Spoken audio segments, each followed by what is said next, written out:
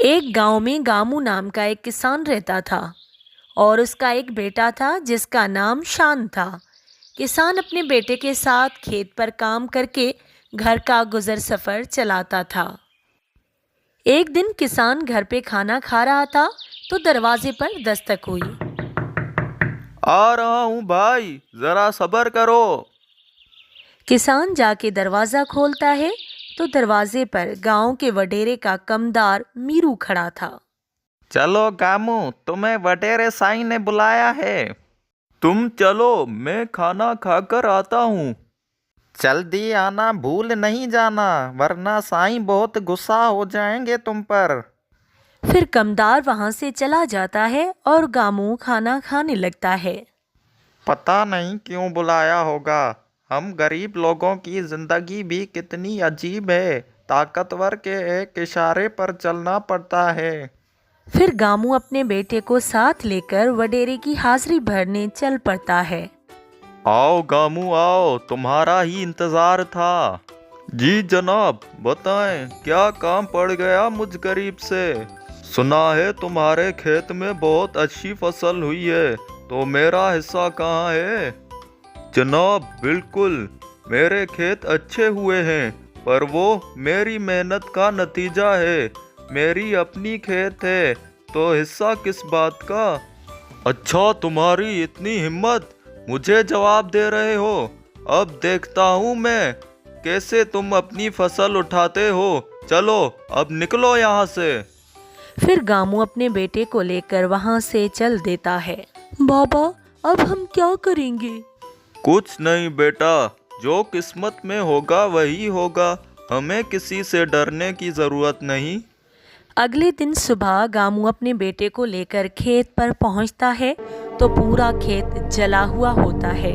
गामू ये मंजर देखकर बहुत उदास हो जाता है और अपने बेटे के साथ घर लौट जाता है। रास्ते में गामू को एक बुजुर्ग मिलता है। ए खुदा के बंदे, क्यों इतना परेशान दिख रहे हो? सब खैरियत तो है?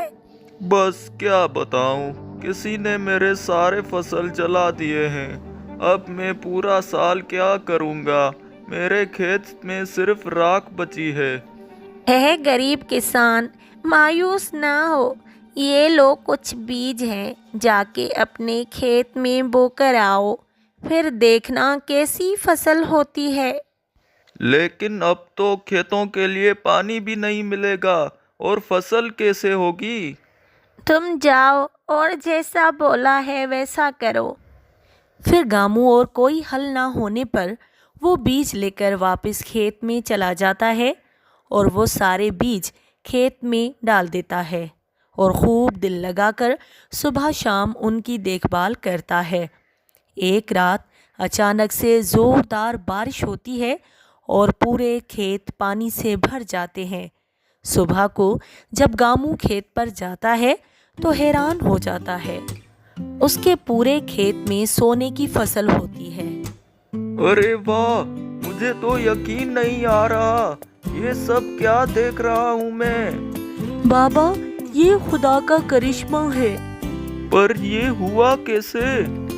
इतने में खेत में भरे हुए पानी से एक सुनहरी मछली निकलती है। क्या हुआ, हैरान हो? तुम कौन हो, और मछली भी कभी बात कर सकती है क्या।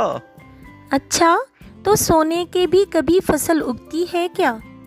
मुझे कुछ समझ नहीं आ रहा। तो सुनो, मैं एक जलपरी हूँ। तेज बारिश में यहाँ पहुँच गई हूँ। मैं सोनी जलपरी हूँ और जिस चीज़ को छू लूँ वो सोना बन जाती है।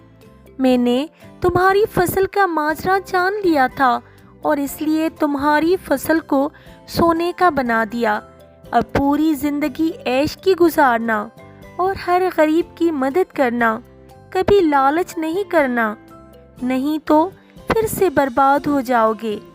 फिर वो जलपरी वहाँ से गायब हो जाती है। गामू खुदा का शुक्र करता है और उस गांव का सबसे शाहूकार आदमी बन जाता है और गांव को खूब तरक्की दिलाता है। अगर वीडियो पसंद आए तो लाइक, शेयर और सब्सक्राइब ज़रूर कर दें। ऑल बेल आइकन को दबाना नहीं भूलिए।